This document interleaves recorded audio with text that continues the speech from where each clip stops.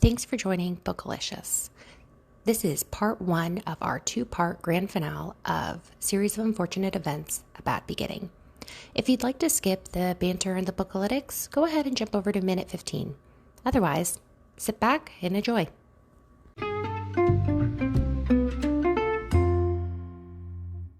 I had, Angie's List? Yeah. Like the Okay. recommendations. Yeah. I had thought of a list called Candy's List, and it would be companies that I had vetted were terrible. And places blacklist, you don't go there. And the only way you can get off the list is if you corrected whatever it was that you did to upset the customer. Okay. I think that could really go somewhere. I think so too, because a lot of people are like, oh yeah, I like this place, I like that place. What are those places that you're like, don't ever go there? Disgusting. That's what I want to know. I want to know the places not to go. So anyway. do you feel like you get that on the Google reviews? Like if a place is really bad, someone's going to go in and be like, it was terrible. Yeah, but we would have to we would vet it couldn't just be anybody. They'd have to submit facts if you're going to go on Candy's List. We'd need to see, they say, I called this contractor and he destroyed my house and then he never came back. Okay, I need to see pictures, I need to see receipts. It would be vetted. It wouldn't just be like a 5-star review anonymous. That does sound like an improvement. Yeah, because the only way the company could get off is if they rectified whatever issue it was that got them on the list. It's basically just Consumer Report. I mean, now that I'm thinking about it, or the Better Business Bureau. But Candy's List has a nice ring to it. I agree. I agree. And instead of the little halo like Angie's List, will just be little demon horns. We could start a beta program for books. Candy's List of books. Books you never read again. Okay, are you guys reading any books right now? Aside from, of course, the Series of Unfortunate Events, book 1. My favorite book. Yeah. No, not really. Currently, not really. But I have plans. What book are you reading? Well, I was reading Fairy Tale. I think I talked about this before already. I don't think so. But it's fabulous book. So good. It's Stephen King. He just came out with it. And it's basically like a horror twist on a hero's journey into fairy tale land. And it's about this boy trying to save his beloved dog. Okay. And it's really nice. And I thought it was great. I thought it was a really good combination of light horror, fantasy, adventure, but it's not like Brandon Sanderson fantasy where it's it's based in the real world and then he goes into a new kind of like Lion, the Witch, and the Wardrobe, Alice in Wonderland type of thing. When you say light horror, what does that mean? There's the fairy tale land, instead of being happy and roses, it's been taken over by an evil thing. So all the people, instead of being normal, they're kind of deformed, and it kind of goes into some light detail on that. But it's not so bad to where you're having nightmares. That sounds good. Yeah. I don't know. My horror tolerance is so low, but you made it sound so tolerable. Well, I know. It was really good. We also are trying to pick our next book. Oh, yeah. We have now 10 options. Tomorrow's at the bottom of the list. I think you're going to have to just do that one with Lauren. I know. I think so. Might be the best for that way. Yeah. Okay, that's 1. You said there was 10. Oh, well, you had 4. I had one called The Maid. Since The Housemaid was so popular, I thought people might mistake The Maid for The Housemaid. We'll get double dips. That one sounds fun. It's another mystery. I haven't started reading it yet, but I kind of liked the solving the mystery thing. I thought that was fun. Yeah. I like the mystery solving too. I thought that was really good. I was going to say, after reading this one, I kind of want to read the rest of the series. Oh, I know. It's so fun, right? It's fun. And also I'm like, wow, I don't remember. Like, I do remember what happened in this book, but like you have such a different perspective.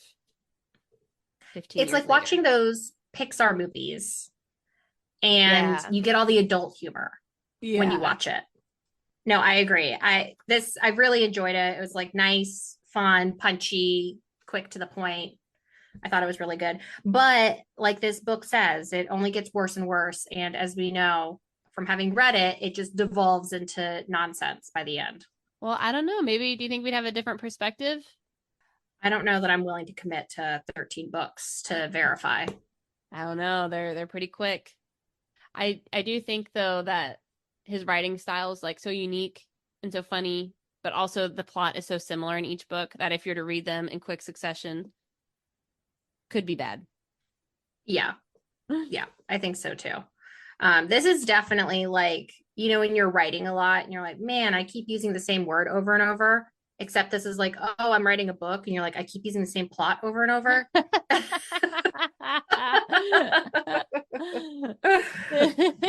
Like different setting. Right, exactly. Different names. Exactly. Maybe no one will notice. So did you start reading The Maid yet or no? No, not yet. So, but I did finally go back to the public library. I was very excited. And what happened? Nothing. I was just at the public library. Were you on a list? So many books. What? Were you like on a wanted list of do not loan to this girl? I was worried I was. And then my library card actually didn't work. And I was like, oh no, what happened? I don't really know what happened, but I think now it's working. But yeah, libraries are so cool. You get to like try a book before you buy it. Mm-hmm. It's great. What a great concept. I know. Well, so there's this new book that came out. It's called The Woman by Kristen something or other. And she's a very like popular writer. It's already on the New York Times bestseller list. I'm like, this is like the next it book, but it's about Vietnam. And I bought it and I was like, let's, for Bookalicious. And I was like, I don't know that I want to take us to a place in Vietnam. We barely made it out of Harding's, California or whatever, Hastings. We barely made it out of 1963. Yeah. That was all the sadness we could take. Yeah, that was it. All right, so are we gonna get into some bookalytics? Yeah. Sam, how are you doing over there? I'm just waiting. Oh, okay. Our poor brother. The three of us are in quite the mood. I don't think this has ever happened to Bookalicious. The perfect storm of three slightly upset siblings. Sounds but not familiar. with each other. Oh. We also have a few games that we forgot to play last time. So we have to do judge a book by its cover. We forgot to do that last time. Oh, we did. See, we didn't do judge a book by its cover, and then we need to map all the siblings because that will be a fun little game. Well, we said we were going to do that today. Yeah, we're doing both those today. Yeah. Okay. Well, okay, it's loading now. Unsurprisingly, I still have all my tabs open. Wow. So, Chrissy, everyone wants to know, have you listened to the episodes? Are you supporting the pod?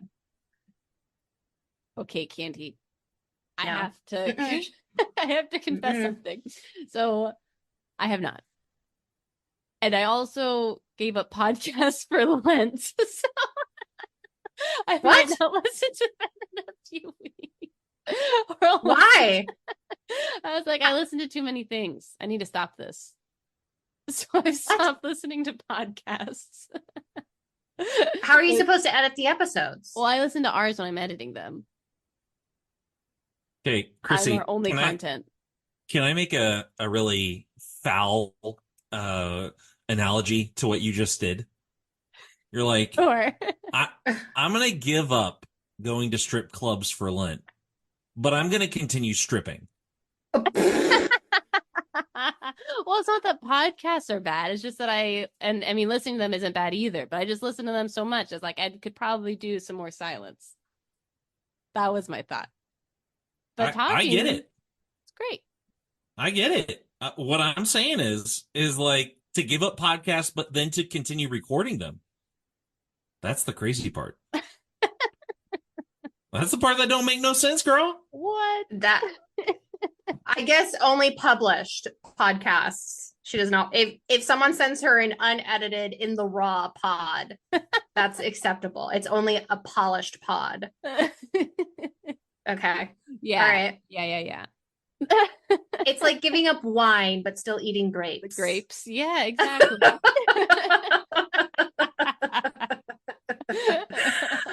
Just the same. Great, Chrissy. I'm glad you're not going to support us for all of Lent. That's good news to have for me. All right. Well, take it away to all of our other supporters and more dedicated fans. I'm very dedicated. I love our pod.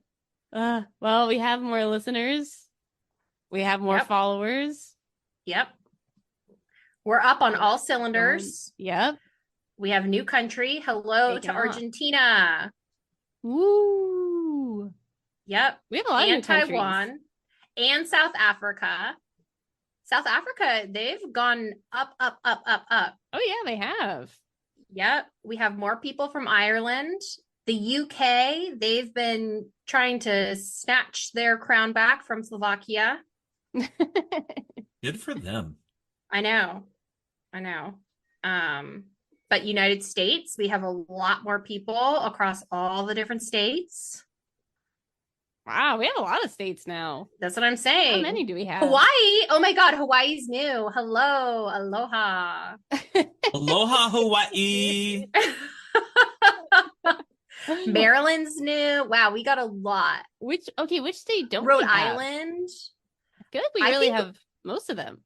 I think we're coast to coast. I think we are nationwide. Kentucky. We don't have Alaska. Nationwide is on your side. I guess we still don't have a few, but we have most of them. We definitely have more than half. Florida, we have so many cities in Florida. Wow. Yep. Jacksonville, Port Charlotte. Let's see. Gainesville, go Gators. Gainesville, yep. Cape Coral's been taken off. Orlando, Tampa. Like we're doing great. Hollywood's still our number one. So maybe that's someone from back home. We are not, what's the word? Not interstellar. Intergalactic. Intergalactic, sure. Well, no, it's all the same galaxy, I guess. Oh. Intersolar system? We're not interpalatial. I don't know. What does that mean? I don't know, but palatial sounds like planet to me. I was thinking palace. It probably is. Oh. That's interpolation. How do you spell interpolation? I think I just made up the word. I'm going to be honest. I didn't know what I was saying. I didn't think anyone would call me out on it that fast. I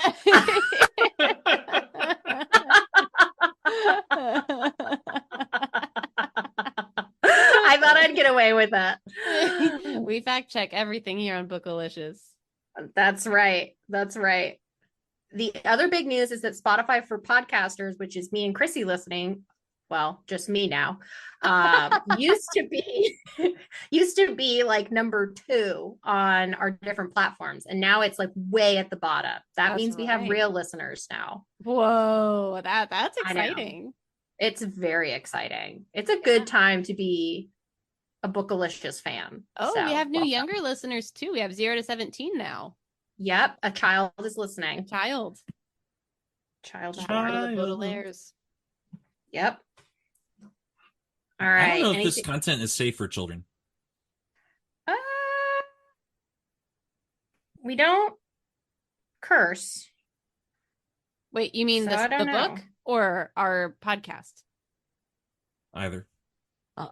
Sam, have you listened to the Handmaids or Housemaids or no? Not yet. Why? That doesn't. No. It was actually really good. I'm gonna listen to all these unfortunate event books even though the author keeps trying to like tell me not to, but I feel like he's negging me, you know, and it just makes me want to more. The author really does take a turn in this book. But before we get into it, let's judge a book by its cover. Oh, that's right. Sam, do you have a cover on your ebook? Do you have an ebook? Yeah, I looked at the cover. Oh, you have that one. Okay, great. It's the same one. Is that the only cover?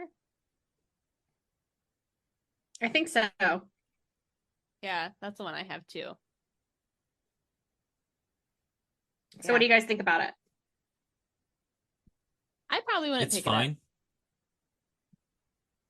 You would not, or you would? I don't think so.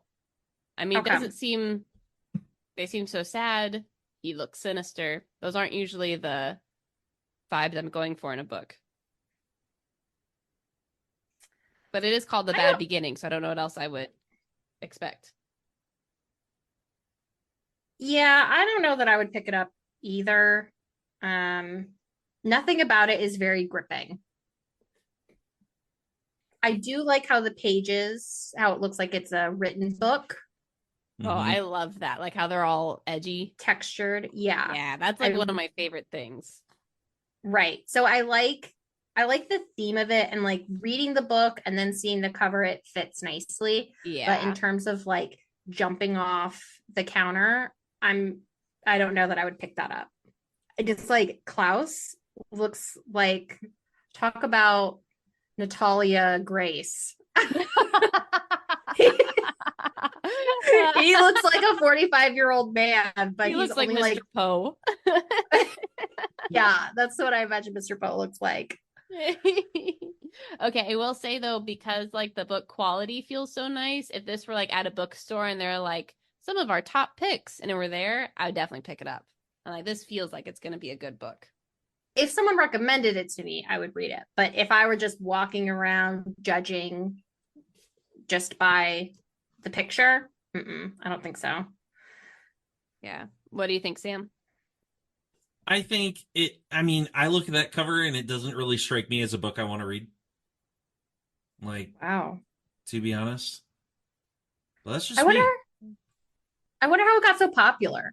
3 out of 3 dentists say they do not recommend. What? How did it get so popular? Yeah. I don't know. It's a short book. It's well written. I can imagine once you start reading it, you're like encouraging other people to read it. You know? Yeah. It's really quirky. It's funny.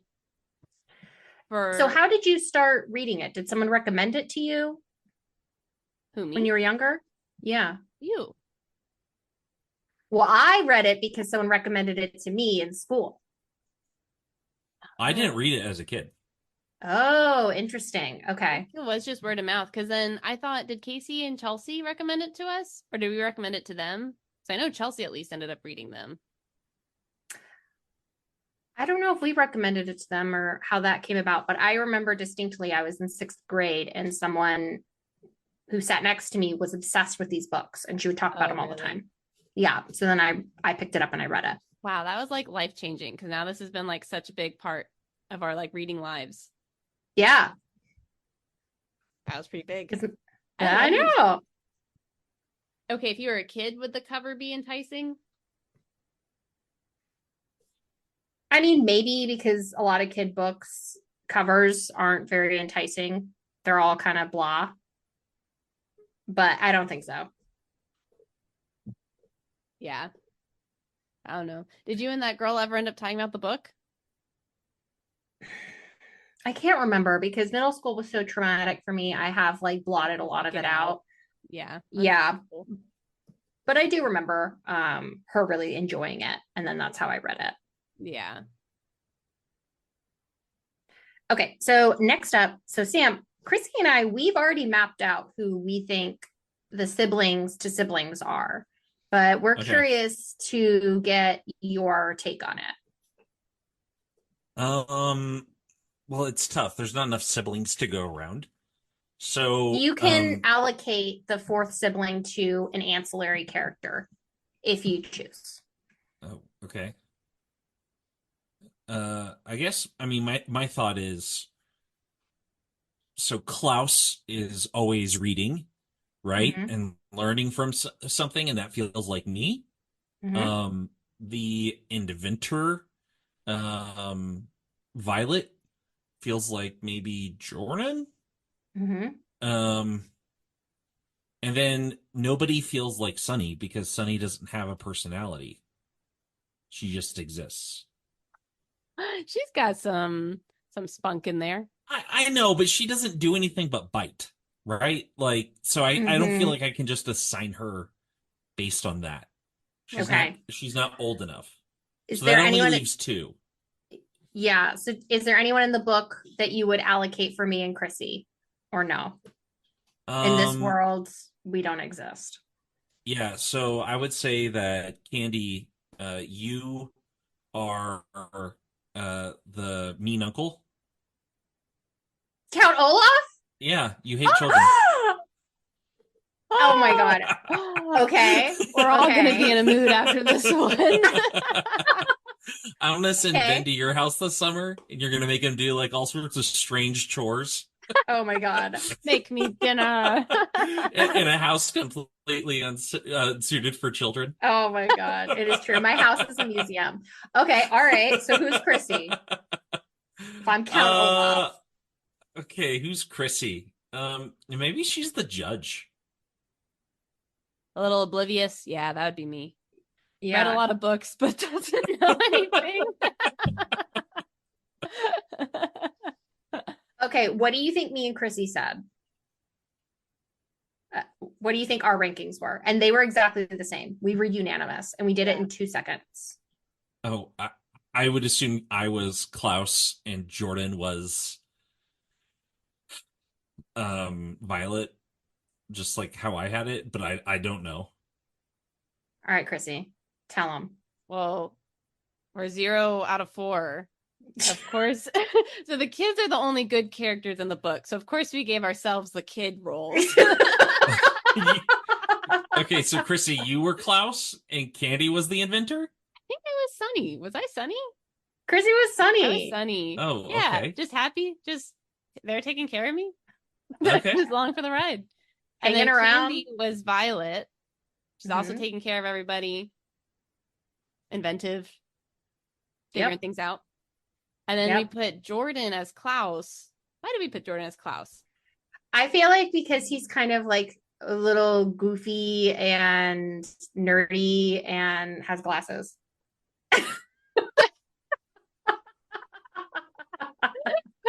Well, we mainly put him as Klaus because we saw you as another character. Who was I? Was I Olaf? You, in fact, were Count Olaf. What did we Okay. call you? Count Samlof? Samlof. That's all we said. Yeah, I think so. Because we said that you're always terrorizing the rest of us. Okay, yeah. Sure. Curious kids. Yeah. You're not I wrong. thought it was so clear. Yeah, I know. Like, I would have never put you as Klaus. The When you sweet, said it, I was like, sensitive oh, little boy. Yeah. All the reading, though, that is a good point. As we've discussed before, Jordan wasn't the reader. No, Jordan in this book was very much the Hufflepuff. He was all the rest. And you know, that is a good point too, Sam. Jordan is the engineer. He could be the inventor making all the machines. However, we went a different direction. I see that. Yeah. I kind think of went like more present day than like when we were kids. Oh. Okay. But I still would have put me as Klaus. So when you read this, do you think of yourself as Klaus? No. Oh. Bummer. Okay. I think of myself as Sam. Oh. Not very creative at all. Creative at all. Okay. Any more thoughts on this? Or are we doing the thing? I think we're doing the thing, but I may be. Well, okay. since we talked about names last time, and then we're talking about all the characters just now, I had read somewhere that it said like, oh, and then all the names mean something, just like Klaus and Sunny. But it didn't say what Klaus and Sunny meant. It's like, I need to look it up. So I just looked it up. And apparently Klaus and Sunny were a married couple, and Sunny was an American heiress and socialite. And her second husband, Klaus, was convicted of attempting to murder her by insulin overdose, but the conviction was overturned. I don't really know why. Yeah, I don't know. Interesting. What does that have to do with anything? I don't know, but that's what they said. That's who they're named after. When I think of Sunny, I think of a sunny side up egg. And it's like she's a baby and she learns how to cook. Mhm. And I get it. that's what I think. Klaus? No idea. I don't know. I don't really know why he chose that either. But there's your fun fact. Well, very cool. We'll save it for our questions to the author. Any questions? Yes. Okay, so let's do it. All right. Well, this is Bookalicious, my favorite podcast that I listen to more than all the others. I'm Chrissy. I'm Candice. And I'm Sam. All the biggest fans in one room. And Wow. we're finishing a series of unfortunate events today, and I think we're about halfway through. I kind of forget what chapter we ended off on. 7. 7. There you go. Yeah, so we're finishing series of unfortunate events. We've mapped all the characters onto our family. We've done the important things. Now it's time to finish. That's it. Okay, so I just finished reading this fresh off the presses because I forgot that we were meeting up today. So this is crystal clear in my mind. Excellent. Does that sound like you want to do the review? I'll do the first summary and then we can kick off, I think. Sounds good. Well, I shouldn't have said that because I realized I'm not prepared at all. So maybe you should do it, Chrissy. I think I can pull something together. I just flipped through it. Okay. So chapter 7, at this point, Count Olaf has told them that they're going to be in a play with him. And they said, this sounds suspicious. And so then the kids decide to go to Justice Strauss's library and look up inheritance law. And so they're reading through all these books. But then as they're like about to find something, Count Olaf's henchmen come in and they say, what are you doing? And they see the book on inheritance law. They surprisingly start putting the pieces together. And so then they're whisked away out of the library before they could find an answer. But Klaus managed to smuggle a book in his shirt. So he has one book with him to figure out the mystery. And as the henchman is like whisking them away, he shares some of Olaf's menacing plans and says something like, the only reason Count Olaf has kept you alive is because he wants your money. But as soon as he gets that, he's going to rip you apart limb by limb.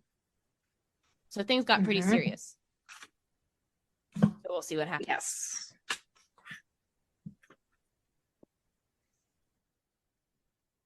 I underlined so many things in this little chapter. Really? Yeah. I thought it was so funny. Oh, yeah. I was like laughing, haha. Like in the first page, it's like there's one type of book that practically no one likes to read, and that's the law. Yeah.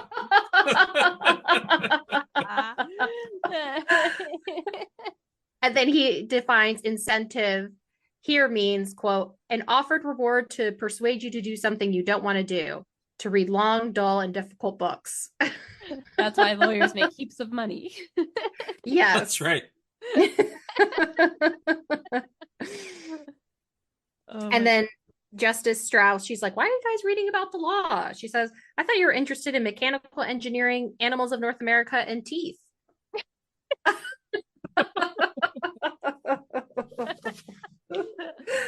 Oh my gosh. Were you guys just incredulous at how aloof Judge Strauss is? she's like, I'm so excited for the stage. And they're like, we can't even talk to her. She's so starstruck. She's a bit of an idiot. Okay, so how it's written is she does sound like a bit of an idiot. But if you think about it and hair more abstract, can you imagine a scenario where there's an adult where they're so flattered or like thrilled to be part of this like thing where they get to go on TV and they get to feel famous, where they just start like blowing through red flags? I feel like a lot of people do that. That's a good point. She has lived next to Olaf, right? Like, here's the thing. Like, she's never met Olaf before. Never thought, I wonder if this guy is a good person. Never? The crazy part is that he literally lives in like a condemned building, and now he's having a play in his backyard, and she's like starstruck about that. That's the most like wackadoodle thing. But the concept of being starstruck and then not paying attention to the red flags, I feel like that is a little relatable. Sure. That's fair. I mean, yeah, with now that you guys have all said this, I guess that's, genius move by Olaf to include Justice Strauss in his plans. One, because it makes his plans work, but also she could have been the only one wise enough and like able enough to stop his plans, but now she's in them. I know. And she's like, I get to be in a play in front of like it reminds me of not to get to politics, but when Rudy Giuliani went to the Four Seasons, and then instead of being the Four Seasons Hotel, it was like the Four Seasons dump truck. Do you remember that? Know that, no. But what happened? No. Too long for me to reference. All right, we'll cut it out. We'll cut it out, but it was really good because this is back when like all the election stuff was happening, and then Trump and Rudy Giuliani are like, we're gonna have like a press conference at the Four Seasons, which is a really nice hotel. And it turns out instead of the Four Seasons Hotel, they went to like the Four Seasons like gardening, and they had this press conference in front of like a dump truck. Oh my gosh. Oh, it says it was by a sex shop and a crematorium.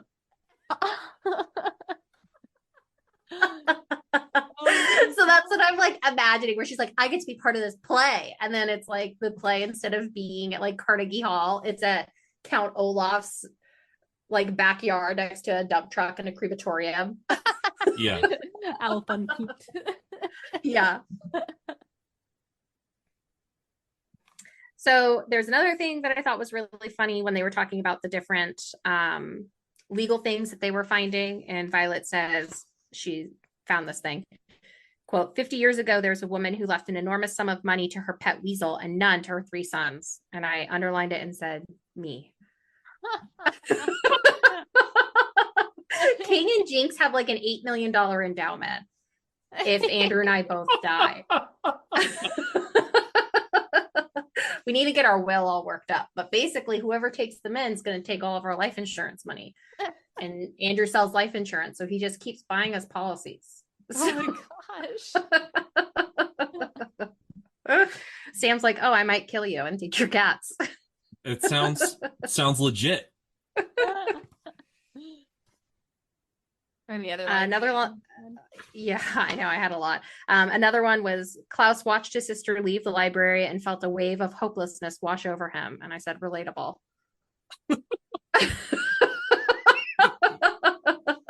Candy, you watch Parks and Rec, right? Chrissy, did you watch Parks and Rec? Oh yeah, I love Parks and Rec. Oh yeah. And I love how in Parks and Rec, the library is the place of ultimate evil. Right? Like if you go there, like you are going to the place of ultimate evil. I forgot about that. You're right. That's so funny.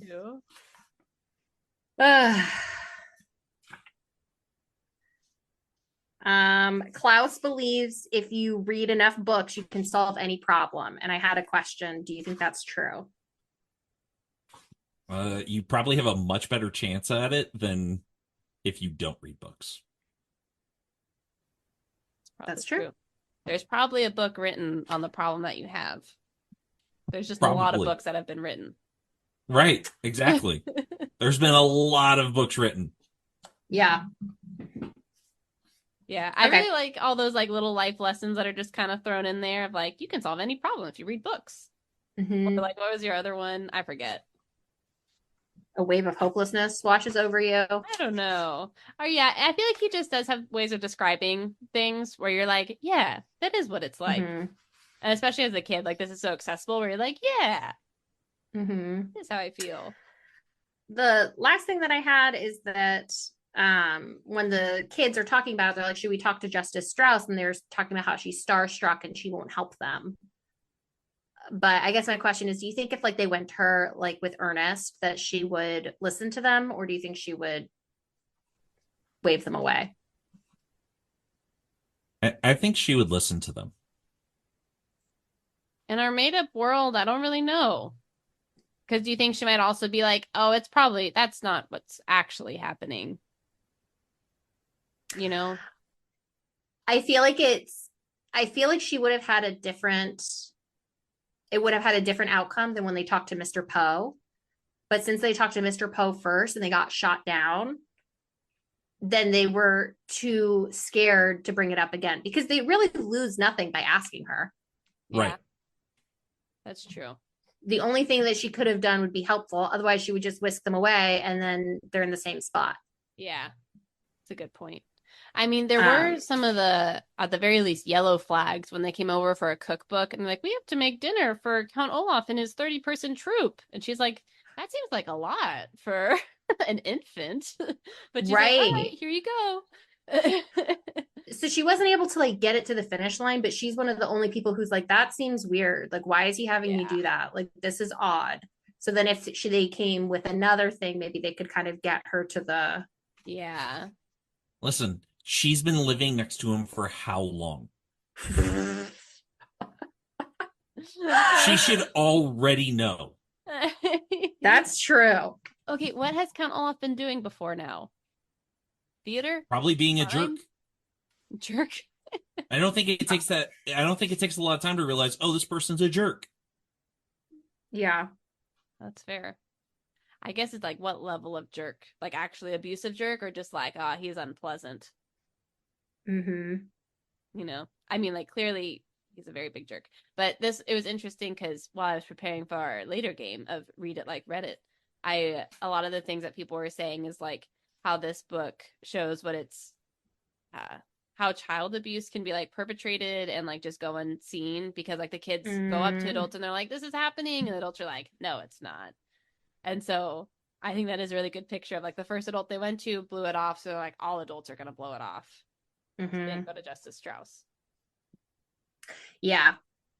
Mm-hmm. I agree. And I think it's really hard, even as adults. It's like, you're like, oh, I asked my boss for a day off and they gave me a hard time about it. And then it's like, you never want to do it again, even though it's like, it doesn't really cost you anything to do it. But it's like the fear of being rejected again can be so hard.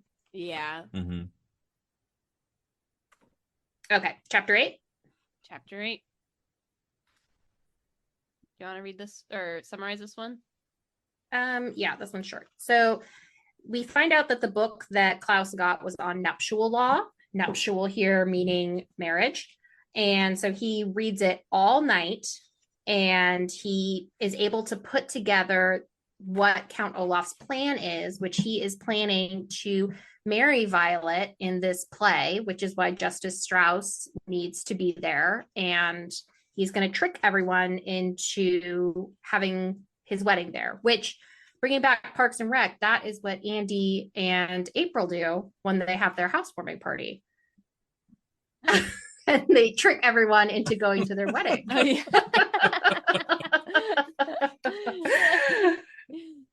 So maybe this whole book is just allusions to Parks and Rec if we look at it right. That's exactly how we should look at it. Yes. So then after Klaus, he then confronts Olaf about this, which I put dum-dum. I don't know why he would do that. That was, and then he spent too long reading books and not learning how to be smart. So then we find out that Count Olaf locks Sunny up in a little bird cage on top of this really precarious tower. I guess no one in the neighborhood can see her, even though she's apparently just dangling there. And Count Olaf says that if Violet does not marry him, then he's going to drop her down the tower. And maybe that's part of chapter 9, but anyway, that was chapter 8. Yeah. Okay, so when you guys were reading this, was the feeling you got like, oh my gosh, this is disgusting? Or was it like kind of funny of like, wow, Count Olaf, this is insane? No, it was absolutely disgusting. I found it more alarming now as an adult than I did as a kid. Because, and I don't know if it's in this book particularly, but Count Olaf repeatedly makes remarks on how he thinks Violet is very like attractive. Mm-hmm. I know. Very pretty. And it's like, this is already kind of towing the line of like what is appropriate. And I think the only way that it would have been like more okay is if it was clearly just for the money, but it sounds like it's not clearly just for the money. And that's like very dark and like, ooh. Yeah. Yeah. The whole thing made me want to vomit. Yeah. Oh, really? I really hated that. Yeah. Well, especially because you have kids and you have 2 girls, Yeah. Sam. You know, I think it changes when you have kids, maybe. Maybe. But it's so like, here's like the thing. Like somebody is being misogynistic, right? And then they say, hey, I have a mom and I have sisters and I have, a daughter who's a girl. Yeah. And it's like, come on, dude. Like, yeah. You're just talking now. Right.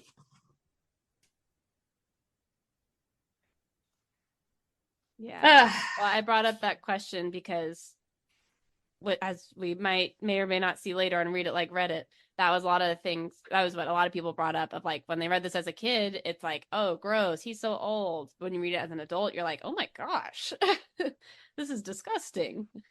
Yeah. But like from a kid, I mean, I thought it was crazy. But like you have a different perspective, I think. I don't think you realize how sinister he is.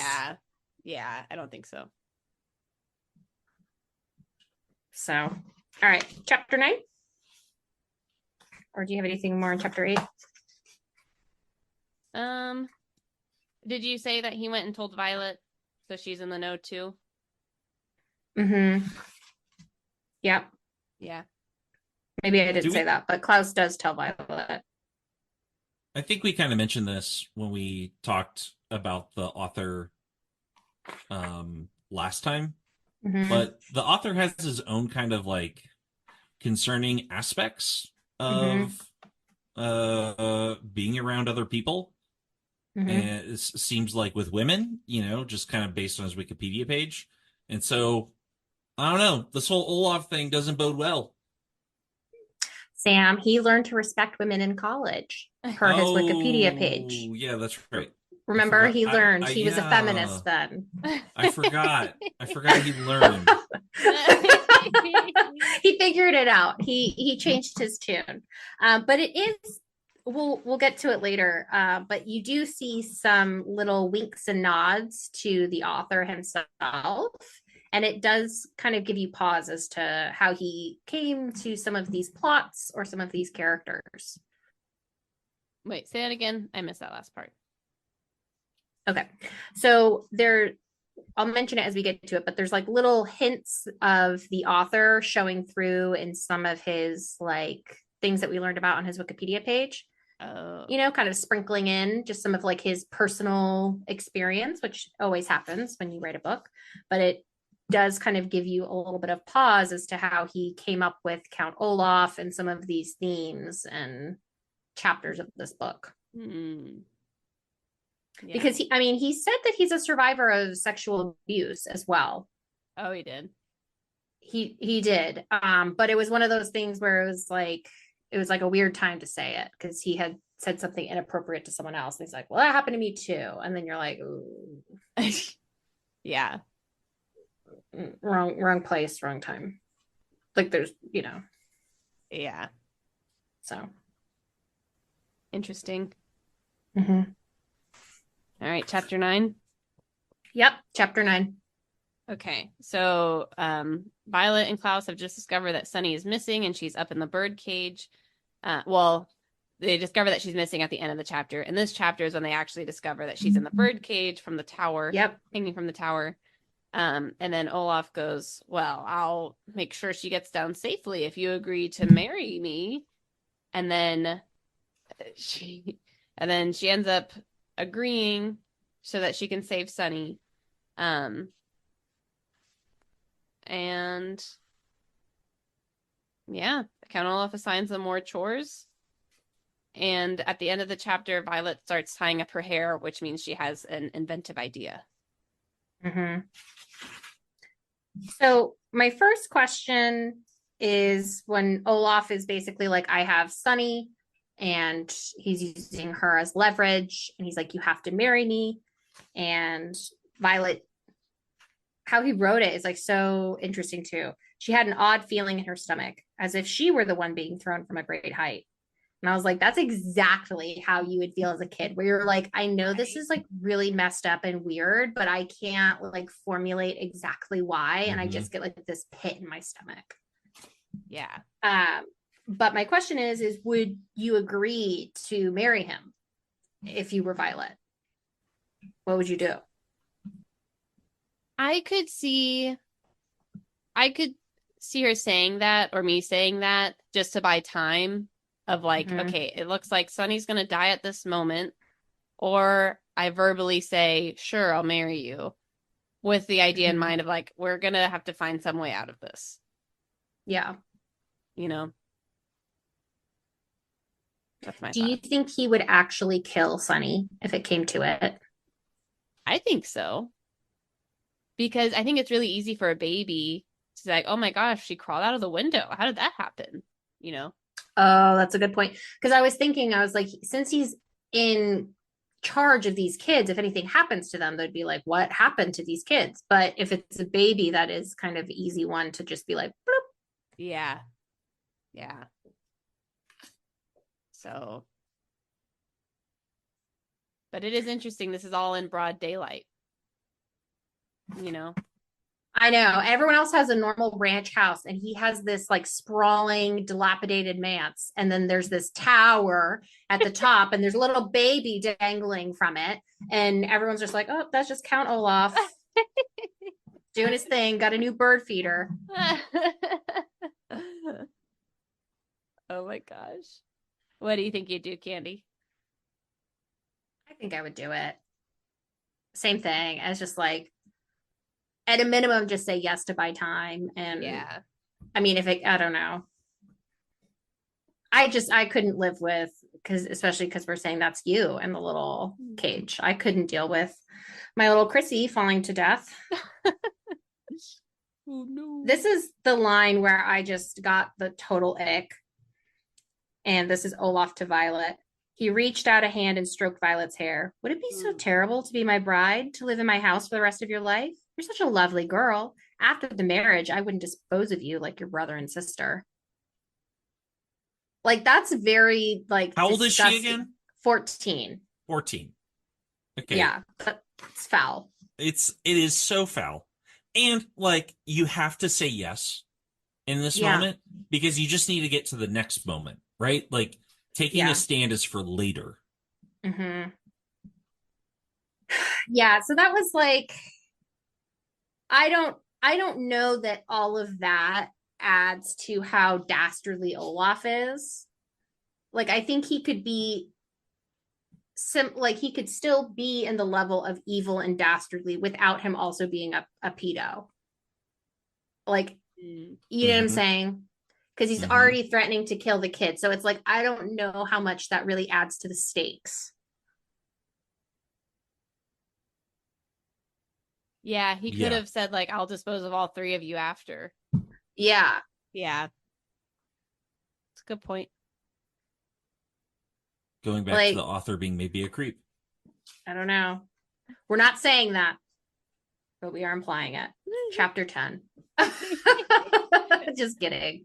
Well, okay. Last note on all this. Oh. I was reading up some interviews with David Handler or whatever his name is, Lemony Snicket. Mm-hmm. And he was like, yeah.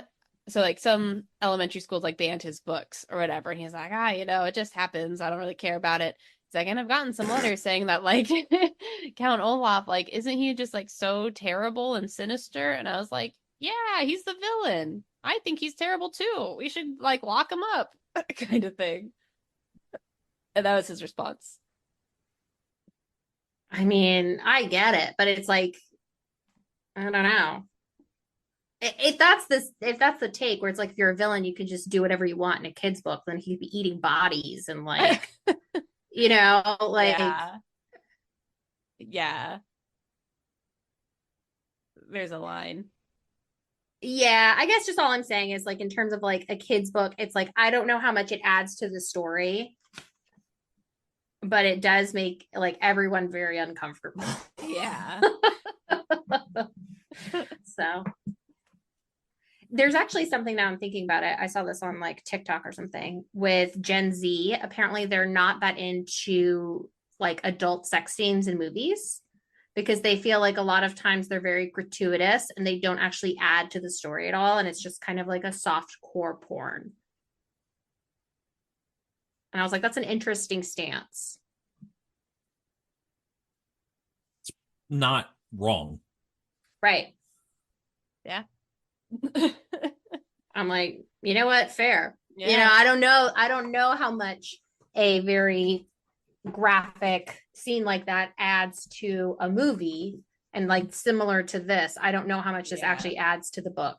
I think that's a good comparison. Yeah. Okay, chapter 10.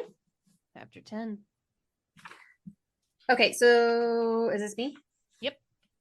Okay, so this is the parallel from Klaus staying up all night. Now it's Violet staying up all night, and she's using her skills of mechanical inventions, and she basically concocts a grappling hook using a variety of cloth and clothes that they got from Mr. Poe that they would never wear. And she uses like coat hangers, and she creates this grappling hook. And her idea is that she's going to go up to the tower and then get Sunny out. And so she climbs up the tower. And then when she gets to the top, instead of it being a safe landing, she had accidentally grappled her hook to the man who had two hooks for hands. And so that's where we leave off. Dun, dun, dun.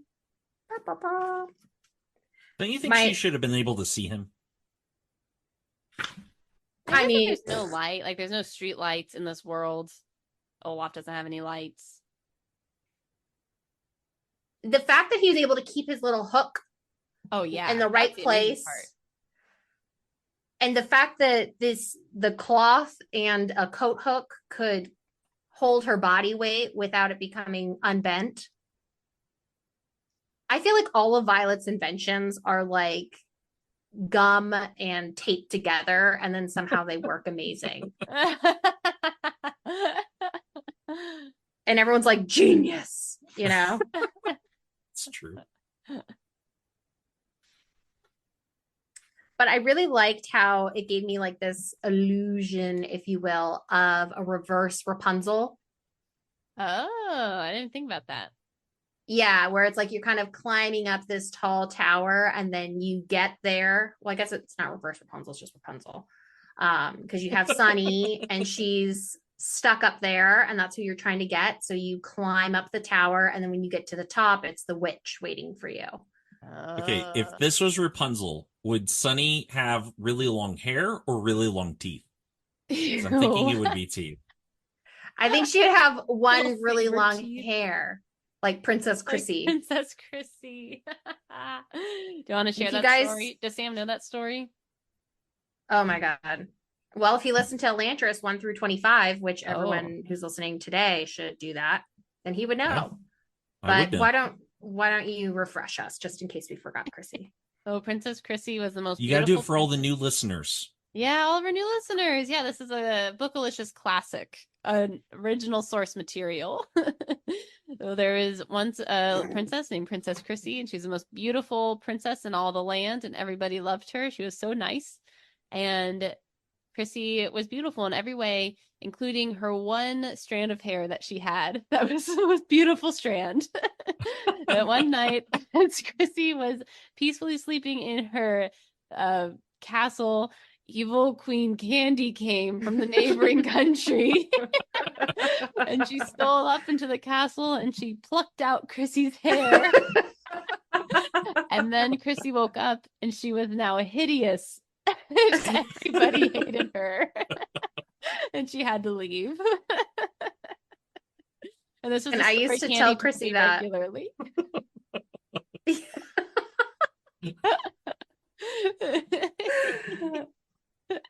What's the threat in that story? Is it that you're gonna like take her hair? I don't think it was a threat. I think it was just this I is don't- reality. You don't have a lot of hair. Just a fun story. It was like everyone, yeah, it's just everyone loves you, and I'm the evil witch mom, and you don't have a lot of hair, and that was really the story. That's an incredible story. Thank Thank you. you for sharing it. An original. Yeah, it's really lasted right. like 21 years. Still talking about it. I know. Oh, there was a word where I was like, okay, I'm glad he defined it. Adroit. Here means skillful. It's one of those SAT words where you're like, oh, Yeah. never use that one. I feel like this book is secretly just teaching you vocab. It's not super secret about it. It's pretty Yeah. out in the open. Yeah. I would like more books that would sprinkle that in for me with like really interesting words, you know? What was that one? Foppish. Foppish. That was a good one. Mm-hmm. Yeah. But I think that's what I like about this book is that it, it's written for kids, but it's taking kids very really seriously. You're learning these vocab words because you can learn them. Mm-hmm. And then also like all those like little life lessons sprinkled through. There's still one line from, I forget which book it is, but it's from this series that I think about regularly. And the scene was like the kids and they were getting ready with their parents for a dinner party. And the parents were like, if you ever don't know what to say, just ask questions about the person. Everybody loves talking about themselves. And I'm like, you're exactly right. Just keep asking questions. Everyone loves talking about themselves. Is that from Series of Unfortunate Events? Yeah, I forget which book, but it's from the series. Oh, interesting. And that line really stuck with me. So I feel like there's a lot of lines in here where it's like, that's some good life lesson there. I love that. Well, because they say you are what you read. Mm-hmm. So there's this one thing, and this kind of resonated with me, and I'm curious to see what Sam has to say about it. So as Violet is climbing up the fence and doing all this stuff, she's remembering when Sunny was brought home from the hospital and her parents are talking to her and they say, "You are the eldest Baudelaire child," they had said kindly but firmly. "And as the eldest, it will always be your responsibility to look after your younger siblings. Promise us that you will watch out for them and make sure that they don't get into trouble." And Violet remembered her promise. Do you feel like that's a fair responsibility for parents to put on one of their kids? Or do you think that's just like the way of family? It's probably not fair, right? But it's super fair if you have like a perfect plan if you die for your kids to be taken care of. So you're really not putting a whole lot on your oldest child to take care of those children. Mm-hmm. That was me making a joke. Right, I know, because their plan to take care of their kids was their closest relative. Yeah. Least inconvenient. They didn't even name a person. They didn't know who'd be alive. I mean, come on. It's like the president succession plan. You get like a list. Someone's got to be alive. Yeah. Did you, Sam, as the eldest, ever feel like you were responsible for taking care of the rest of us?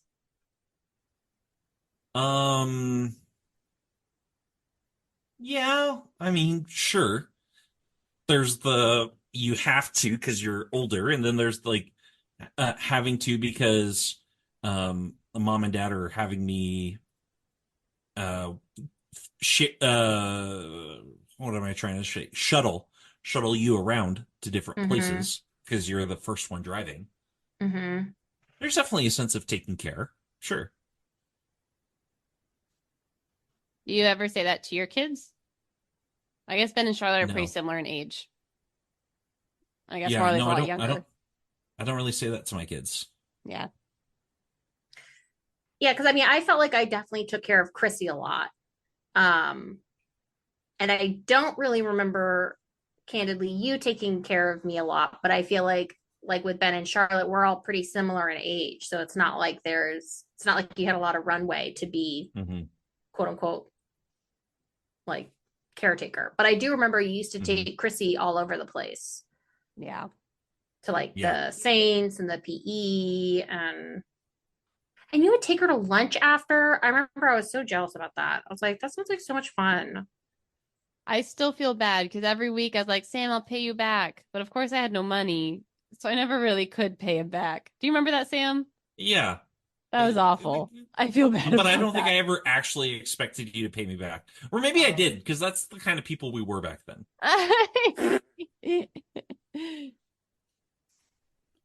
Did that fill you with a lot of guilt, Chrissy, that you were like owing us all of this money? Or did you know you would never pay back your debts, like your student loans? Just kidding. No, the government didn't pay my student loans off. Big bummer. There's still time. We don't know. Too late.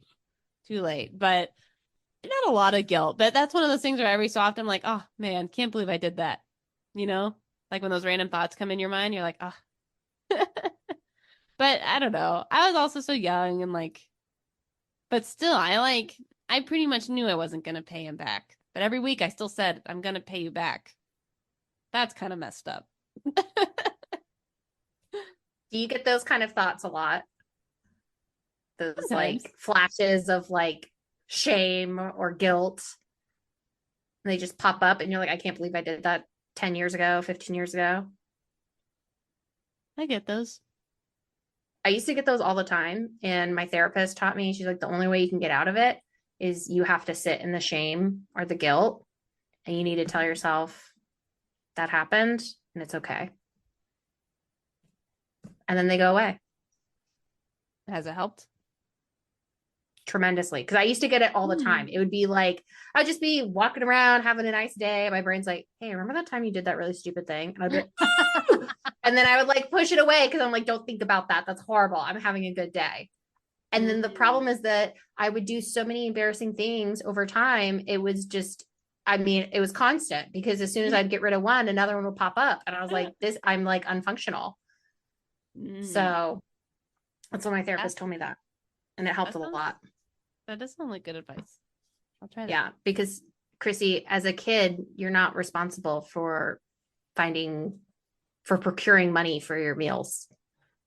It's not but it's like we had food you. at home. Like it's not like I needed food, you know. I think you're responsible for not lying. Like I think there's something there. I don't think so. I think we can release you from that guilt. I don't think Sam ever intended for you to pay him back, and he was probably just being silly about it. I don't know. I mean, like, one of the things that Leah says is like, why did you make Chrissy pay for the Wii? I don't know if I ever did. I don't think you ever did, but we made you like agree to. And especially when we first got married, like I was all about being ultra fair. Right? And I remember one time, you know, this ultra fair thing with Jordan was like, when we were living together, he made Leah a sandwich And she's like, "Oh, that's so nice. Yeah, I would love to have a sandwich. Thank you, Jordan." And then afterwards, he was like, "Hey, you need to clean up the kitchen because I made you a sandwich." Oh my gosh. Sam, you know where he learned that technique from? I'm sure he learned it from me. From you. You would do that to us all the time. You're like, you'd be making this big breakfast. You say, "You guys want some breakfast? I made it. You can have some." And then we would eat it. And then you'd be like, "You have to clean up." And then you'd go into the kitchen and every pan was destroyed. And you were just like, "How did this happen?" Some Count So Olaf then- character. Yeah, that's what I'm saying. So then we were like, every time you'd make the food, we're like, "No, we know it's like a trick." So then we would stop doing it. And then you'd have all this food and you'd get upset about it. See, this is the evil, right? Like, but so I guess I say all that to say that, like, it doesn't surprise me if I did actually expect Chrissy to do all those things, right? Because that's how we were. Well, that's so crazy because I used to say the same thing to Chrissy, but I meant it as a joke. Like what? I'd be like, "Oh, you owe me. We'll put it on your IOU list. Put it on your tab." Remember? I used to say stuff like that. That does sound kind of familiar now that you say that. But I was always joking. Because I knew you had no money. I was like, "This girl's never going to pay me. That's bad debt." It's a tax write-off. Just kidding.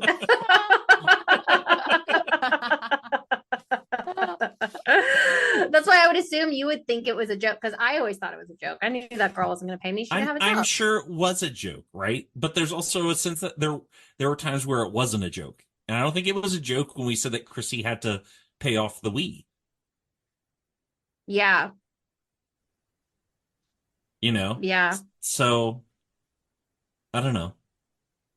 And I don't know it, like, we can maybe do some deep psychologizing for like why our family became this like super ultra fair kind of thing, like down to the penny. Mm-hmm. Well, I don't know. It could be about fairness. It could also be about money, though. These are all money examples. These are all money examples, right? But, like, fair maybe... when it comes to money. Yeah. Well, I think when you don't have enough resources and you're splitting it up, Yeah. it very quickly, I think, becomes that, because it's like there's not enough to go around. So how do you divvy up what you have? And you try to make it as fair as possible, because no one's going to really be satisfied. Mm-hmm. I can see that. So, yeah. Thanks for listening to this episode of Bookalicious. If you like this discussion, please rate or subscribe to our channel to help other book lovers find this content as well. If you have any questions or suggestions for future books, we'd love to hear from you at bookalicious.pod@gmail.com. As always, thanks for joining our club.